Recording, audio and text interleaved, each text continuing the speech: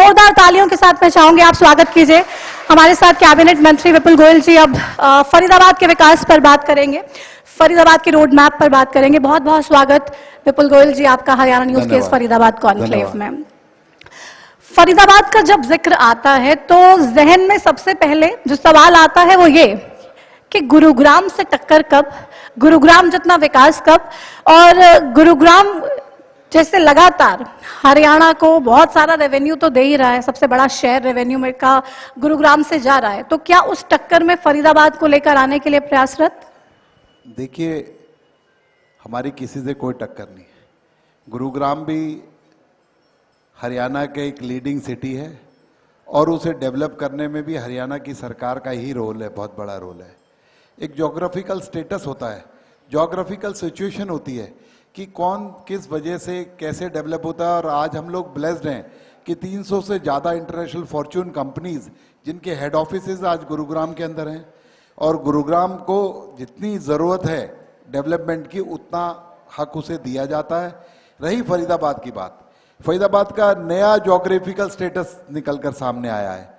आज नया एयरपोर्ट, जेवर एयरपोर्ट, और उससे हमारी कनेक्टिविटी, और नेशनल हाईवे की जो दिल्ली वडोदरा हाईवे वो फरीदाबाद को टच करके गुजर रहा है, केएमपी फरीदाबाद को टच करके गुजर रहा है, और अन्य हाईवेज फरीदाबाद से कनेक्टिविटी बेटर हो गई है। तो इसलिए now the geographical status is Faridabad, जो कि फ्यूचरिस्टिक न्यू इंटरनेशनल सिटी बनने के लिए, टेक ऑफ करने के लिए बिल्कुल तैयार है। और आपने इसका जो अंदाजा है और इसके बारे में की शुरुआत हो चुकी है, आपने बजट के अंदर भी स्पीच सुनी होगी माननीय मुख्यमंत्री की, कि फरीदाबाद को नए इंटरनेशनल ग्लोबल सिटी की तर्ज पर हम लोग डेवलप करने का काम करेंगे, उसके इंफ्रास्ट्रक्चर को उस तरीके से बनाएंगे। और हमारे पास संभावनाएं हैं, और आज किसी भी सिटी को डेवलप होने के लिए अच्छी कनेक्टिविटी चाहिए। आज आरटीएस और मेट्रो की बात जो दिल्ली से की है, गुरुग्राम से की है, और होते हुए नोएडा से, तो एक बहुत बड़ा अहम रोल इसके अंदर होगा। चाहे ईस्ट टू वेस्ट कनेक्टिविटी की बात माननीय मुख्यमंत्री जी ने बजट के अंदर की है, वो बहुत अच्छी बात होगी। यमुना को बाढ़ मुक्त बनाकर वहां पर वाटर फ्रंट बनाया जाएगा, नया मास्टर प्लान 2041 वहां पर लाया जाएगा, और उसे न्यू स्क्रैच से बहुत अच्छे तरीके से डेवलप किया जाएगा। तो ये सब तैयारी है कि नया गुरुग्राम, नया इंटरनेशनल सिटी हरियाणा के अंदर बन सके। स्मार्ट सिटी फरीदाबाद, बहुत बड़ी इसकी डेडलाइन को भी बढ़ा दिया गया। कितनी स्मार्ट फरीदाबाद को आप देख रहे हैं, कितना स्मार्ट सरकार इसको बना पाए? देखिए, 2014 के बाद विभिन्न प्रकार की योजनाएं, क्योंकि development is a regular process. Development आज सड़क की जरूरत है, कल उसके ब्यूटिफिकेशन की जरूरत होगी, कल को उसके चौकों को सौंदर्यीकरण की जरूरत होगी, वाटर ड्रेनेज की जरूरत होगी, अच्छी लाइटों की जरूरत होगी, फिर ग्रीनरी की जरूरत होगी। इट्स मतलब रेगुलर प्रोसेस। आज एक चीज हो जाए तो उससे मना नहीं कर सकते, क्योंकि हमें अच्छे तरीके से पता है।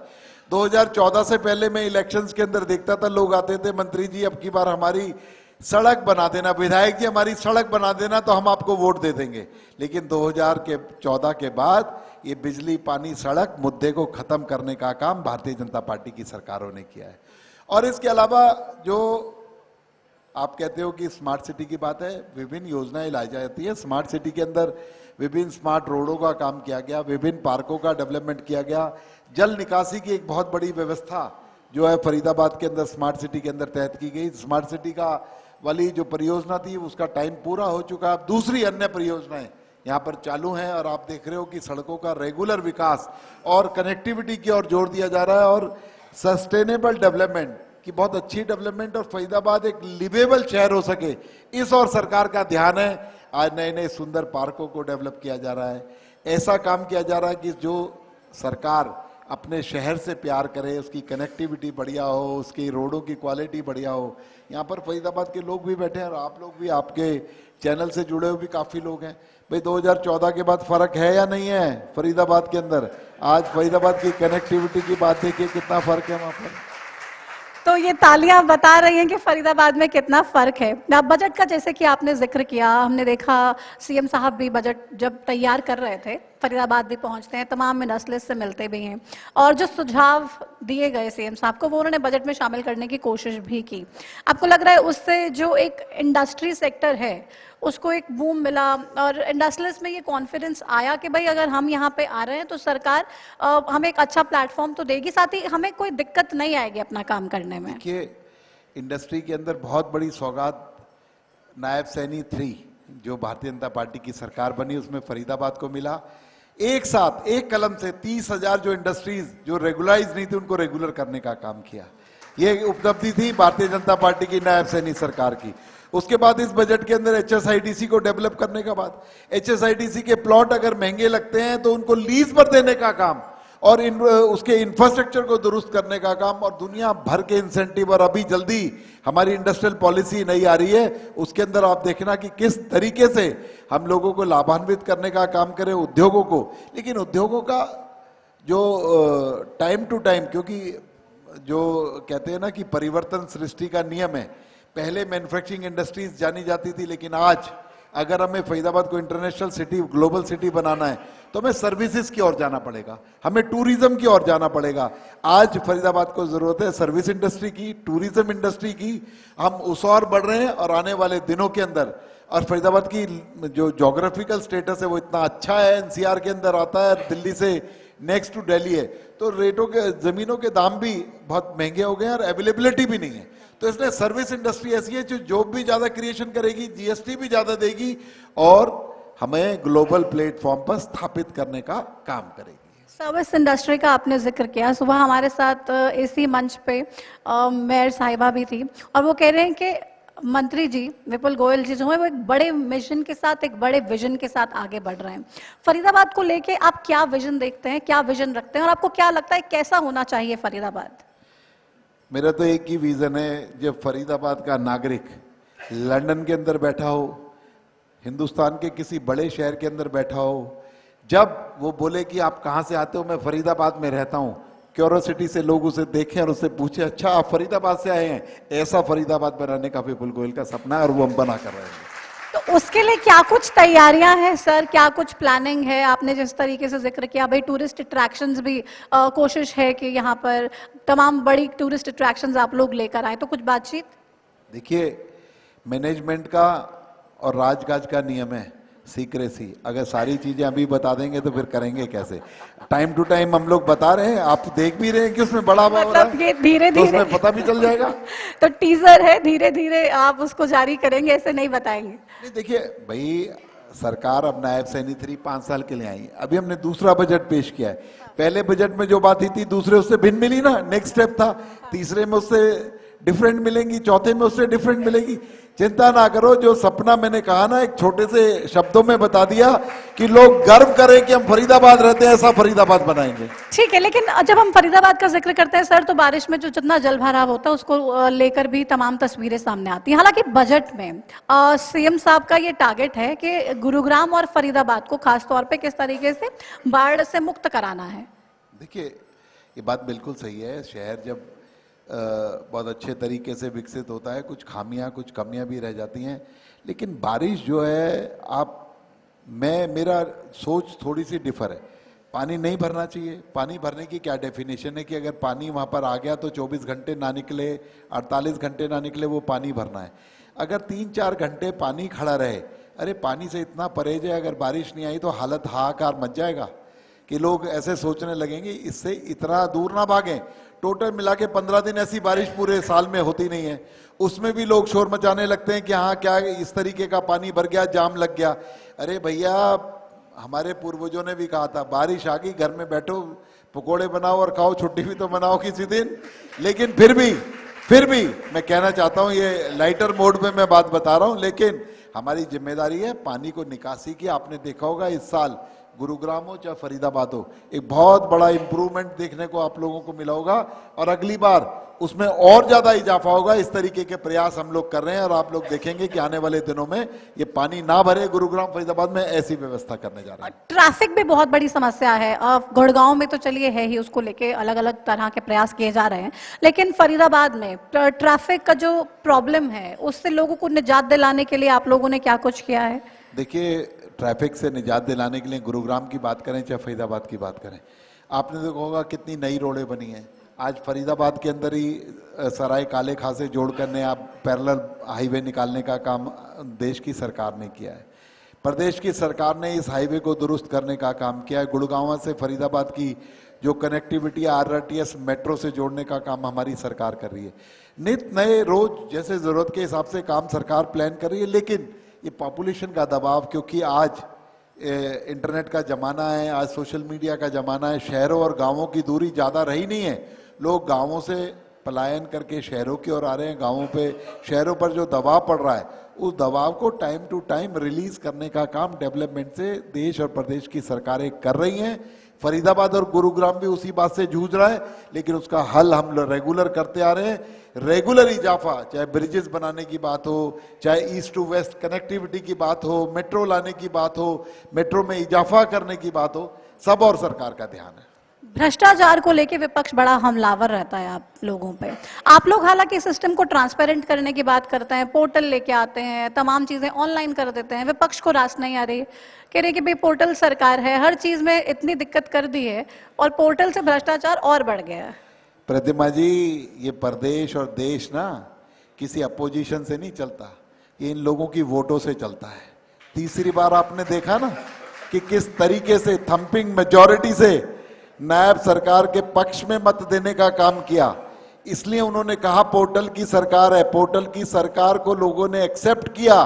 जब सर्दी की कुड़कुड़ाती रात में, रात को 11 बजे अपने रजाई से अपने फोन पे करके जब अपना बिजली का और कॉरपोरेशन का प्रॉपर्टी टैक्स भरता है ना, उससे पूछो कि कितनी सहूलियतें इस पोर्टल से, कितनी सहूलियतें। जब एक बुजुर्ग को अपनी पेंशन लेने के लिए धक्के नहीं खाने पड़ते थे, 200 रुपए की पेंशन देने के लिए 50 रुपए का बीड़ी का बंडल या सिगरेट का पैकेट किसी अधिकारी को देना पड़ता था।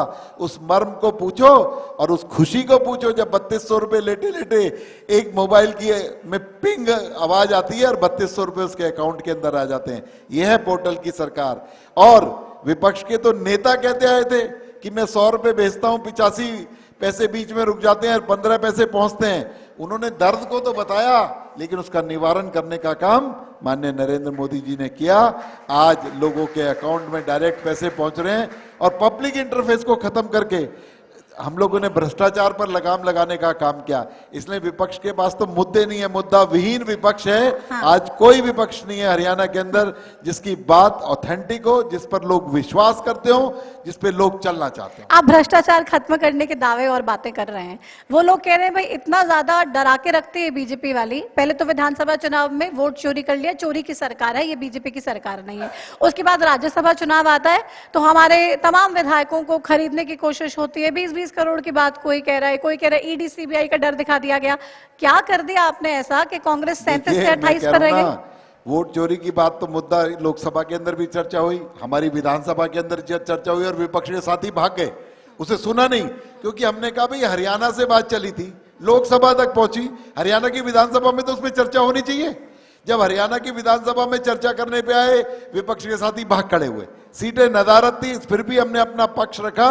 जो आरोप आपके नेता राहुल गांधी ने लगाया, जिनको आपने लिखी लिखाई एक स्क्रिप्ट दे दी, और सिर्फ बिहार की पोलिंग से एक दिन पहले उन्होंने मंच सजाकर जो एक पॉलिटिकल इवेंट किया था, वो धड़ाम फेल हो गया। ना तो उसे बिहार की जनता ने माना, ना हरियाणा की जनता ने माना। और उसके अलावा जो आप भ्रष्टाचार की बात कहते हो, राज्यसभा चुनाव के अंदर उनके नेता में, उनकी पार्टी में लोगों का विश्वास नहीं है। भूपेंद्र सिंह हुड्डा खुद पोलिंग एजेंट थे, उनके मुंह पर वोट दिखाकर डाली कि हमें आप में विश्वास नहीं है, हम आपके खिलाफ वोट डालते हैं। ये काम किया है, किसी ने खरीद फरोख्त नहीं करी। भूपेंद्र हुड्डा को दिखाकर, मैं वहां पर स्वयं मौजूद था, हुड्डा साहब खड़े हुए, अरे देखिए ये भी भाग गया, अपने प्रभारी को बुलाकर देखिए ये भी चला गया, ये भी चला गया। अरे भैया आत्म मंथन कीजिए, ये चले नहीं गए, ये आप में से विश्वास खो रहे हैं, आप लोगों से विश्वास उठ रहा है, आपकी नीतियों से विश्वास उठ रहा है। आप कह रहे हैं हुड्डा साहब को दिखा के तमाम विधायकों ने वोट डाली और उनकी ड्यूटी भी थी कि उनको वोट चेक करनी है सबकी। लेकिन अमित शाह जी आपके लिए ये कहते हैं कि भाई हुड्डा साहब कभी बहस करनी हो, हमारे कामों को लेके जिक्र करना हो तो विपुल को भेज दूंगा, आ जाइएगा और फिर हो जाए दो हाथ और बहस हो जाए, पता चल जाएगा कि किसने कितना काम किया, कौन कितने पानी में है।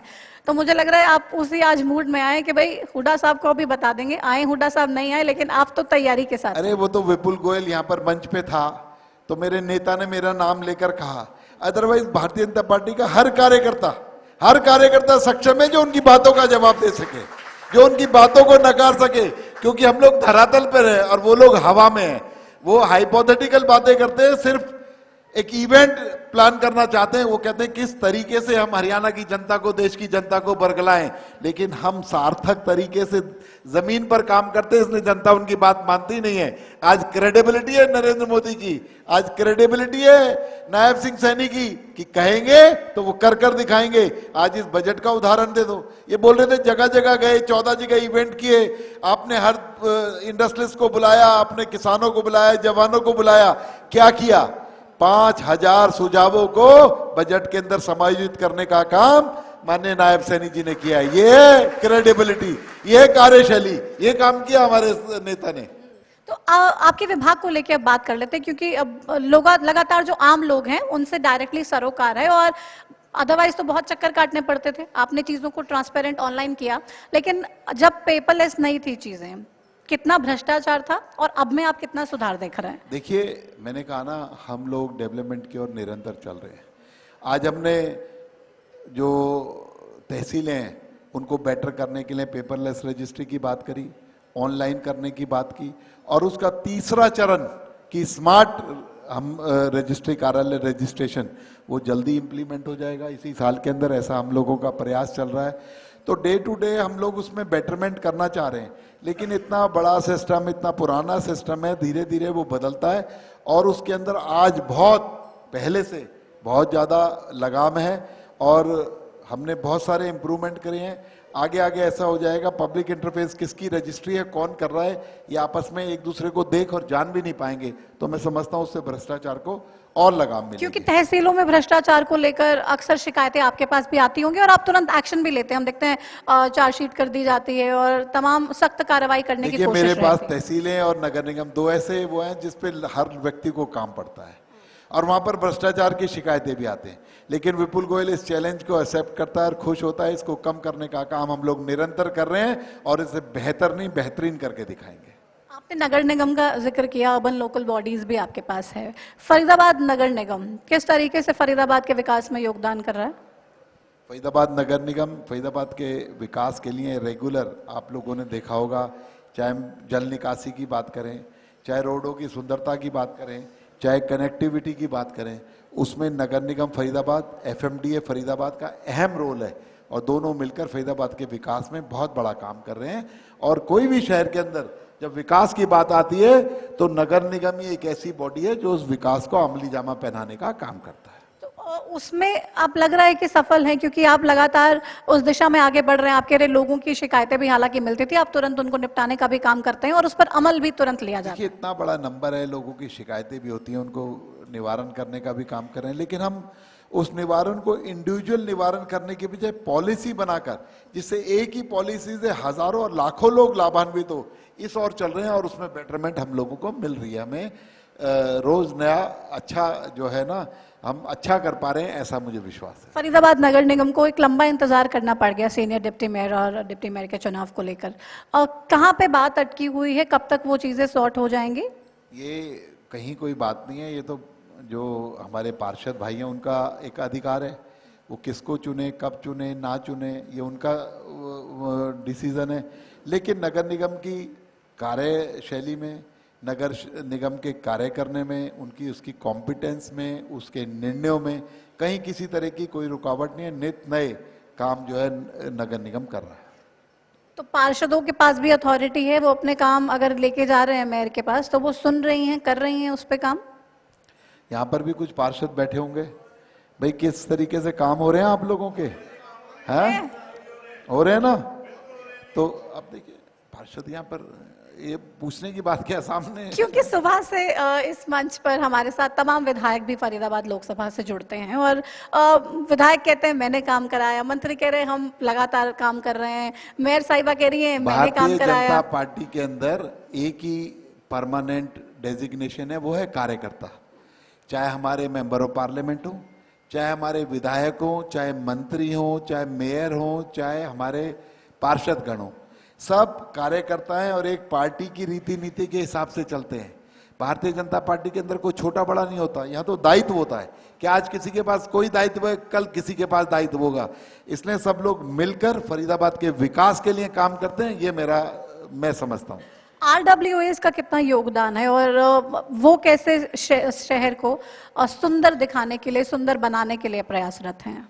आज RWAs हैं, RWA को सहायता देने का काम किया है कि उनको पार्कों की मेंटेनेंस से लेकर अपने एरिया को सुंदर बनाने के लिए सारी की सारी सुविधाएं उनको देने का काम हम लोग करते हैं। जितने सीनियर सिटीजन क्लब हैं, जितने RWA के ऑफिसेज हैं, जितने कम्युनिटी सेंटर्स हैं, सारे के सारे RWAs चलाती हैं और RWA को स्ट्रेंथन करने का काम कर रहे हैं और आगे चलकर और ऐसा काम करेंगे कि जो पावर्स हैं RWA को और स्ट्रेंथन किया जाए, उनको सारी पावर देने का काम करें। इस और जो ULB मंत्रालय है वो चल रहा है। क्योंकि बहुत सारे सेक्टर्स में हम देख रहे हैं बहुत सुंदर सुंदर गेट्स बना दिए गए हैं, फाउंटेन्स लगा दिए गए हैं, बहुत सुंदर सुंदर ऐसे स्ट्रक्चर क्रिएट कर दिए गए कि लोग आए तो उनको बहुत अच्छा लगे, बहुत सुंदर लगे। तो पूरे फरीदाबाद के लिए ये प्लान है? बिल्कुल। देखिए, कोई इंटरेस्ट कम लेता है RWA, कोई ज़्यादा लेती है, लेकिन ये मैंडेट सबके लिए है। सब लोग आगे बढ़े और काम करें। जब ए व्यक्ति करा सकता है, बी क्यों नहीं करा सकता, बी करा सकता है, सी क्यों नहीं करा सकता? ये अपने अपने इंटरेस्ट की बात है। और मैं तो RWAs को मोटिवेट करता हूँ कि भाई आप अपना सुंदर गेट बना रहे हो, गेट 20 लाख रुपए का बनेगा, 10 लाख रुपए की मैचिंग ग्रांट मुझसे ले जाओ, 10 लाख रुपए इकट्ठे करो, अपना गेट बना लो। लाइटें लगानी है, हम लोग उन्हें इनिशिएट करने के लिए तैयार है। फाउंटेन बनाने उन्हें इनिशिएट करने के लिए तैयार है। अब थोड़ा सा इनिशिएटिव तो खुद भी लेना पड़ेगा ना। अपनी ऋण की बट्टी तो सभी की शर्ट साफ करती है, कौन उसे अच्छे तरीके से मल के साफ करता है, कौन उस पे लगा के साफ कर लेता है, तो अपना अपना बिल्कुल निर्णय। ये उन पर है कि वो आए और कितना काम करवा लें अपने एरिया का। लेकिन विपुल जी, अब जब हम सेक्टर्स की बात कर रहे हैं, उनके ब्यूटिफिकेशन की बात कर रहे हैं, तो एक चैलेंज आपकी कॉन्स्टिट्यूएंसी में ये भी है कि बहुत सारा स्लम एरिया भी है। उसमें कितना काम आपने किया? क्योंकि वहाँ पे तो बहुत ज़्यादा चैलेंजेस हैं और आप लगातार उस दिशा में आगे बढ़ रहे थे कि कम से कम लोगों की प्रॉब्लम कम कर पाएं। देखिए, मेरे अंदर जो मेरे विधानसभा में 8 स्लम एरियाज आते हैं और वहाँ पर एक अच्छी खासी पॉपुलेशन रहती है और वो सारे ऐसे कर्मठ लोग हैं जो फरीदाबाद की इकोनॉमी के अंदर बहुत बड़ा रोल अदा करते हैं और मेहनतकश लोग हैं। उनकी सुविधा का हर ख्याल रखा जा रहा है। स्वच्छता की बात हो, चाहे डेवलपमेंट की बात हो, उनके स्कूलों के अपग्रेडेशन की बात हो, उनके स्वास्थ्य की बात हो, हर चीज़ की ओर ध्यान दिया जा रहा है और वो लोग पहले से और बेटर अपने आप को महसूस कर रहे हैं।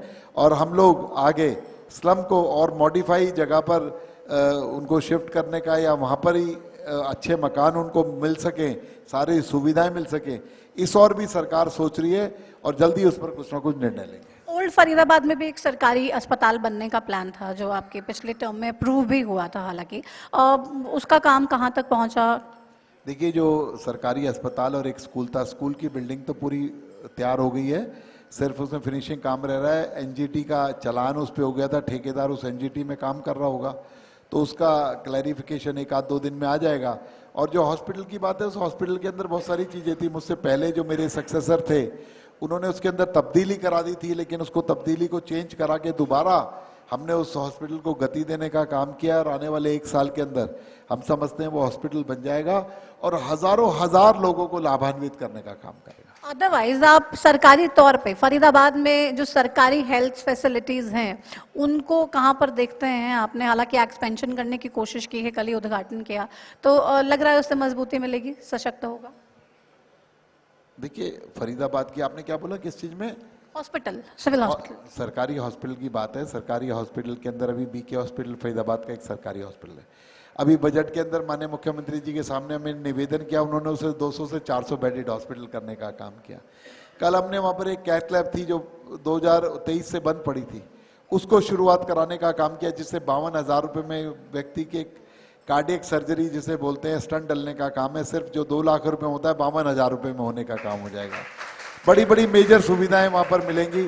और एक थर्ड पार्टी जो आज जो सबसे बड़ी समस्या, कोई भी व्यक्ति जिसकी किडनी खराब हो जाती है, डायलिसिस की प्रॉब्लम होती है, BK हॉस्पिटल के अंदर एक थर्ड पार्टी सुसज्जित डायलिसिस केंद्र है जो आने वाले हर मरीज का फ्री डायलिसिस करने का काम करता है। इस तरीके की सुविधाएं वहाँ पर। उसके अलावा एक बहुत बड़ी जो MRI हो, एक्सरे हो, तो इस तरीके का प्रोविजन भी पहले ऑलरेडी है, उसे और एनहांस करने का काम हम लोग कर रहे हैं। गर्मियां अब आने ही वाली हैं, हालांकि अभी तो मौसम में थोड़ी राहत है।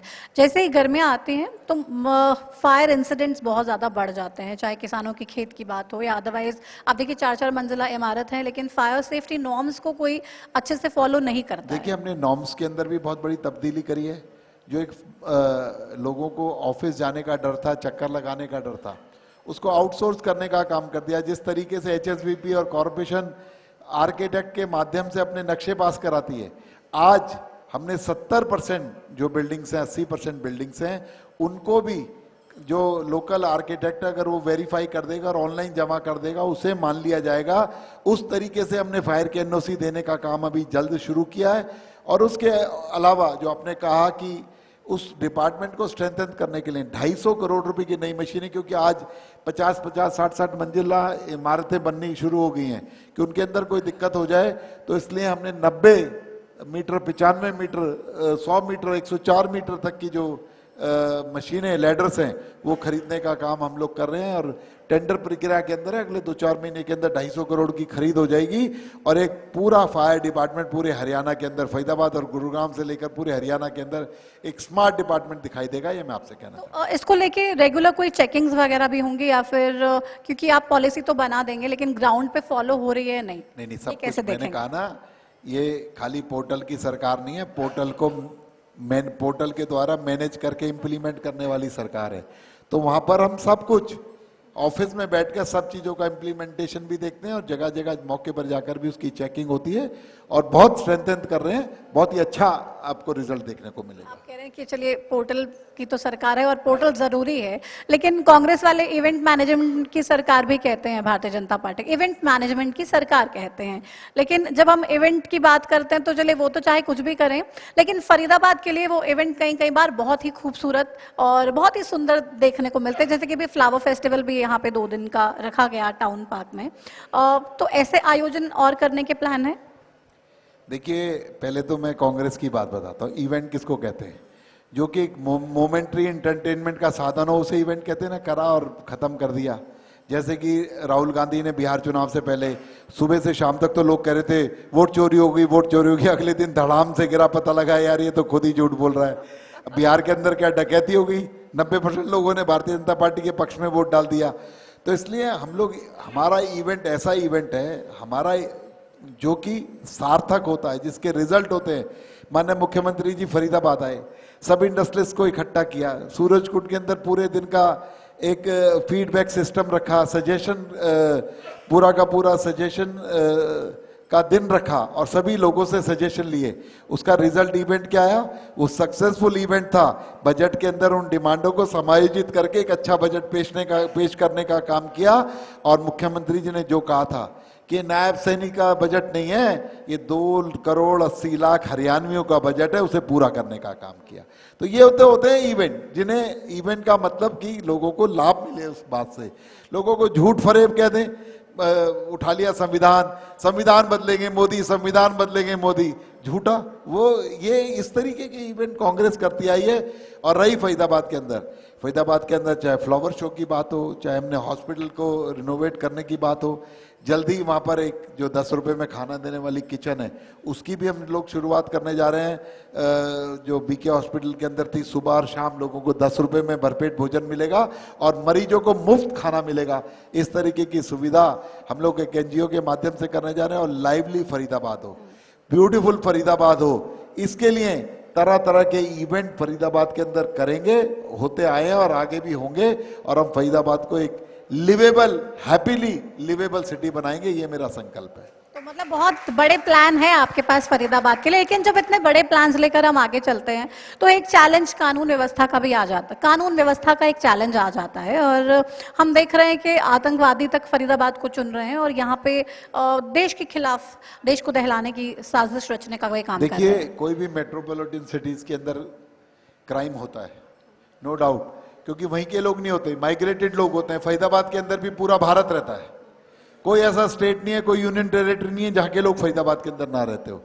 लेकिन क्राइम का, उसको सॉल्व करने का, उस तक पहुंचने का नंबर कितना है, वो एक बहुत बड़ा नंबर फरीदाबाद के पास है। और जो आपने थ्रेट की बात कही, ये वाकई में एक थ्रेट की बात हर जगह पर चलती है, और जो गैंगस्टर दूर बैठे हुए जिन तक हमारी पहुंच नहीं है वो लोग उनके गुर्गे यहाँ पर आकर फिरौती की बातें करते हैं।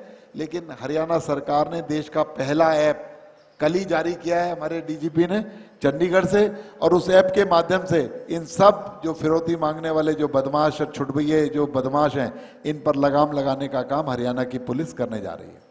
आप लगाम लगाने की कोशिश भी कर रहे हैं, लगातार ऐसे अभियान भी चलाए जा रहे हैं, लेकिन लग रहा है उन अभियानों का असर हो रहा है ग्राउंड पर? बिल्कुल बिल्कुल असर हो रहा है आज, मतलब बहुत बड़ा असर। और लोगों से तो मैं रेगुलर हम लोग मिलते ही रहते हैं, लोगों का फीडबैक है कि सरकार का जो अलर्ट सिस्टम है बहुत अच्छा है पुलिस का, और सरकार रेगुलर उस पर काम कर रही है और कंट्रोल कर रही है। सीएम साहब एक बार फिर से आ रहे हैं फरीदाबाद में, तो क्या फरीदाबाद के लोगों को कोई और सौगात मिलने जा रही है, या फिर फरीदाबाद के लोग और विपुल गोयल धन्यवाद करने जा रहे हैं सीएम साहब का कि इतना दे दिया आपने सीएम साहब, बहुत बहुत शुक्रिया? ये नायब सैनी है और नायब सैनी की सरकार है, ये खाली हाथ ना आते हैं ना खाली हाथ किसी को भेजते हैं। रात को 2 बजे भी इनके द्वार पर कोई आ जाए ना, खाना खा के उसका हालचाल पूछ के तब वापस भेजने का काम करते हैं। ये तो मुख्यमंत्री जी फरीदाबाद आ रहे हैं और कहकर आ रहे हैं कि फरीदाबाद के लोगों को सौगात दे के जाएंगे। इसलिए मैं आपके चैनल के माध्यम से फरीदाबाद के लोगों को कहना चाहता हूं कि ये सिर्फ ये ना सोचें कि विपुल गोयल कोई चीज अपनी विधानसभा के लिए मांगेगा। फरीदाबाद की डेवलपमेंट के लिए कोई भी सजेशन, कोई भी सुझाव, कोई भी डिमांड हो, आप लिखकर मेरे कार्यालय भेज दें, हम उसे अपनी डिमांड के अंदर समायोजित करेंगे और माननीय मुख्यमंत्री जी के सामने रखने का काम करेंगे। लेकिन विपक्ष कह रहा है सीएम साहब तो पंजाब में ही ज्यादा बिजी हैं, हरियाणा में ध्यान नहीं दे रहे हैं। अब पगड़ी पहनने से बहुत दिक्कत है। नायब सैनी एक ऐसे लीडर हैं कि जो आम जनता को पसंद है, आम लोगों को पसंद है, आम नागरिक को पसंद आते हैं। और एक्सेसिबिलिटी, अरे 2 बजे भी नायब सैनी मिलते हैं, सुबह 7 बजे भी नायब सैनी मिलते हैं, दिन के दोपहर के 3 बजे भी नायब सैनी मिलते हैं। तो नायब सैनी जी जो मिलने का काम है, नायब सैनी जी का लोगों से कनेक्ट है, उन्हें पंजाब के अंदर भी पॉपुलर बना रहा है। जब वो पंजाब के अंदर जाते हैं, उनके साथ उनकी भाषा में बात करते हैं, उनका खाना खाते हैं, उनकी तरीके से सादगी रखते हैं, तो लोग उन्हें पसंद करते हैं और लोग उन्हें उनके बातें सुनना चाहते हैं, इसलिए बोलते हैं। लेकिन नायब सैनी तो हरियाणा के मुख्यमंत्री हैं, लेकिन पंजाब के अंदर भी भारतीय जनता पार्टी की सरकार आए इस और प्रयासरत है। फरीदाबाद का जब जिक्र आता है तो ओल्ड फरीदाबाद का भी आता है, और वहाँ पे बहुत ज़्यादा कंजस्टेड एरिया है, मार्केट्स में इतना ज़्यादा जाम भी रहता है, इंक्रोचमेंट भी हालांकि होती है। और कितने चैलेंजेस ओल्ड फरीदाबाद के, और आपका क्या प्लान ओल्ड फरीदाबाद के लिए खास तौर पे? देखिए, ओल्ड फरीदाबाद एक ऐतिहासिक शहर है। ओल्ड फरीदाबाद एक ऐसी धरोहर है जहाँ पर पुराने मंदिर, पुराने शिलालेख, पुराना बाजार, सब कुछ वहाँ पर है। उस विरासत को अच्छे तरीके से, धरोहर को हम लोग, वहाँ पर एक पुराना बरहाई तालाब भी है, इनको सजो कर रखें, उनको डेवलप करें, उनको नए तरीके से लोगों को रिप्रेजेंट करें, जिससे कि उनकी आस्था का केंद्र भी बना रहे और उनका जो हेरिटेज है वो भी ना बदले और लोगों को आज अच्छा लगे, इस और हम लोग प्रयासरत हैं। तो वो सपना भी साकार होगा जल्दी? सपना साकार होगा नहीं, सपना चल रहा है, आगे आगे बढ़ रहा है, लेकिन सारी बातें नहीं बताएंगे आपको, वो दिखाएंगे।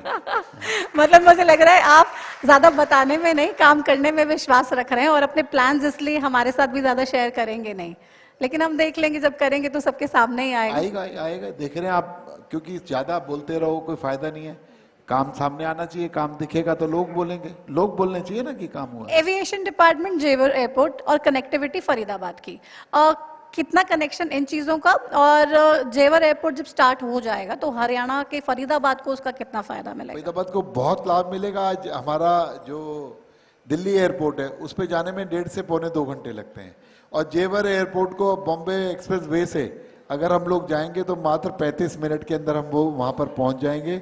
तो फ्यूचरिस्टिक बहुत बड़ी उपलब्धि और बहुत बड़ा फायदा फरीदाबाद के लोगों को इस जेवर एयरपोर्ट से होने जा रहा है। और जेवर एयरपोर्ट ने जो ज्योग्राफिकली, लोकेशनली हमें बेटर बनाया, यही इंफ्रास्ट्रक्चर, हाईवेज और एयरपोर्ट ही से दूसरा international global city of Haryana बनाएंगे, ये मैं आपको विश्वास दिलाता हूँ।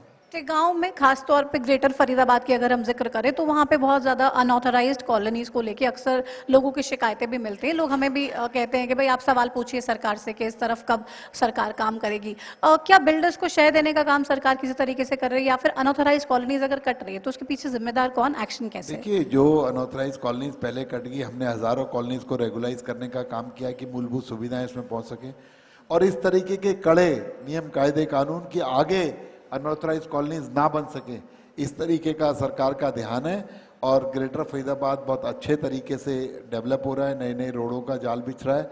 और बजट के अंदर भी माननीय मुख्यमंत्री जी ने कहा कि जो मास्टर प्लान 2031 था उसकी सारी रोडों को बनाने का काम हम लोग जल्दी करने जा रहे हैं। सैनी साहब की टीम, सैनी साहब निरंतर प्रयासरत हैं, फरीदाबाद के जितने भी काम हैं वो तो करवाएंगे ही, और सबसे आगे फरीदाबाद को जरूर लेके जाएंगे। देखिए, Faridabad has a potential, Faridabad has a locational advantage, Faridabad has a जो फरीदाबाद के जो लोग हैं वो इस तरीके के मेहनतकश लोग हैं। जब दक्षता की बात आई तो इंडस्ट्री में आज भी फरीदाबाद जैसा टेक्निकल जो इंफ्रास्ट्रक्चर है कहीं नहीं मिलेगा, टेक्निकल लोग कहीं नहीं मिलेंगे। लेकिन जब वो फरीदाबाद को मल्टीपल तरीके से और सर्विस इंडस्ट्री में डेवलप करने पर आएंगे तो आप देखना कि फरीदाबाद अच्छे अच्छे शहरों को पीछे छोड़ने का काम करेगा। मुझे विश्वास है अपने फरीदाबाद के लोगों पर। चलिए, बहुत शुक्रिया अपना समय देने के लिए और इस तमाम बातचीत के लिए। फरीदाबाद के लोगों पे बहुत विश्वास है मंत्री जी को कि फरीदाबाद को आगे बढ़ाने के लिए वो भी अपना पूरा योगदान देंगे। आप अपना योगदान देंगे क्या? तो लोगों के ये हाथ बता रहे हैं कि भाई मंत्री जी के साथ लगातार तैयार हैं सर, आपकी टीम भी तैयार है, और फरीदाबाद के विकास पे आप जितने भी काम करना चाहेंगे, मुझे पूरा विश्वास है फरीदाबाद के लोग ये चाहेंगे कि भाई फरीदाबाद सबसे आगे, सबसे विकसित हो। बहुत शुक्रिया इस बातचीत के लिए। धन्यवाद, धन्यवाद।